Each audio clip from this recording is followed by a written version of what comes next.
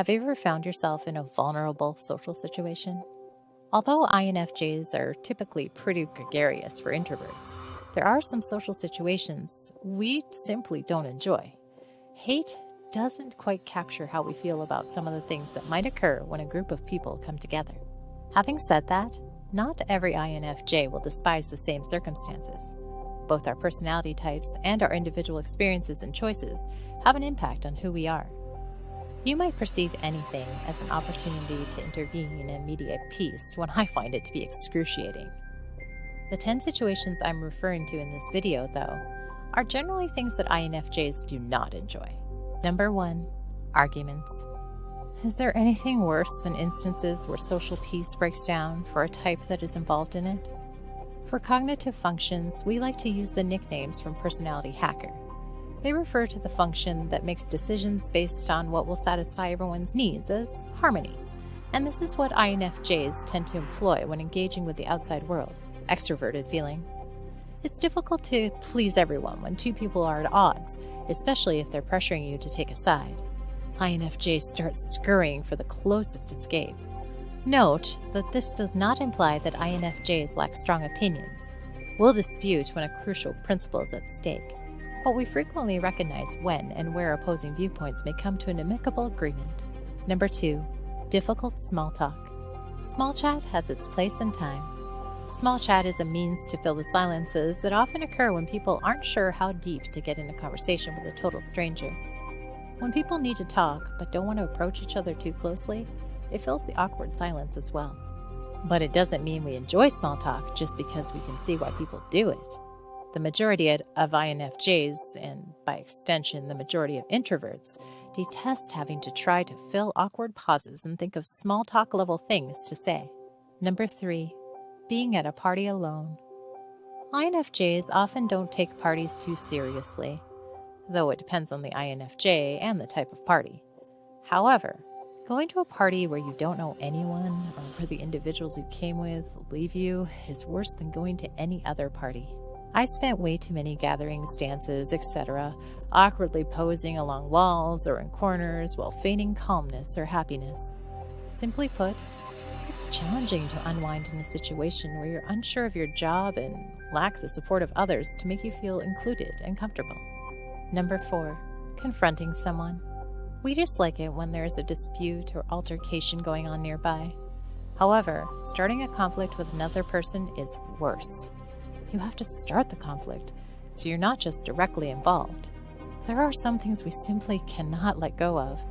Confrontations like these are necessary to uphold our boundaries and address interpersonal issues.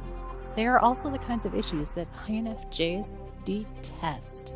Number 5. Discussions that make others uncomfortable. It's generally accepted wisdom that topics like money, politics, and religion shouldn't be discussed in casual conversation. INFJs don't mind discussing subjects that are typically regarded as off the table, because they can spark interesting discussions. But the INFJ will also feel uncomfortable if these things are brought up in a way that offends other people. We've all encountered people who start blathering on about their opinions, whether they be political or on how others need to handle their money. We begin to notice how uneasy those in their immediate vicinity are as a result. And on top of that, even if the person speaking is unaware that they should be humiliated, we could experience secondhand discomfort for them. The result is a social scenario that INFJs despise. Number 6. Let's introduce each other. Is there anyone who truly smiles when the meeting's facilitator instructs everyone to introduce themselves by going around the room? If so, I'm willing to wager they're not INFJs. This social circumstance makes my stomach turn with nervousness.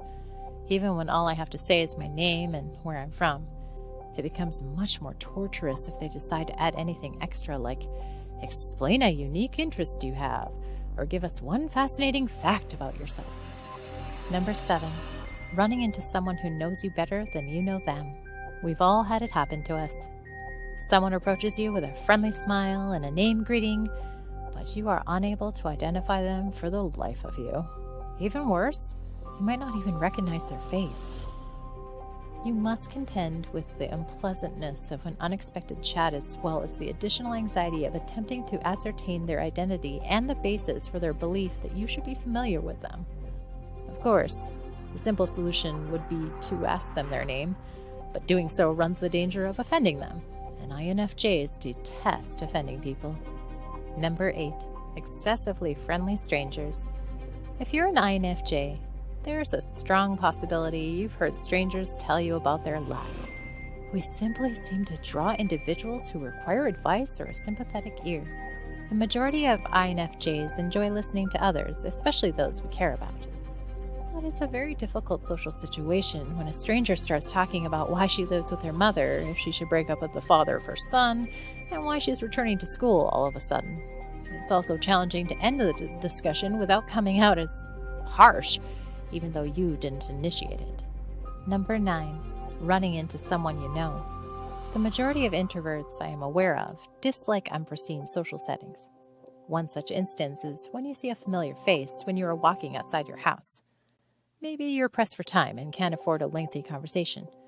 Or perhaps it's been a long time since you've seen them and you don't know what to say. Or perhaps you simply lack the mental capacity to engage in conversation.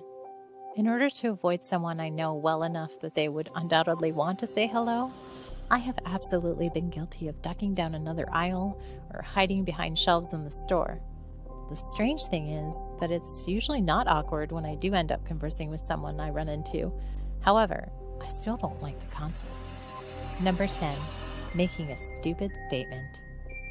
Expecting that we would be aware of or recall everything is ridiculous.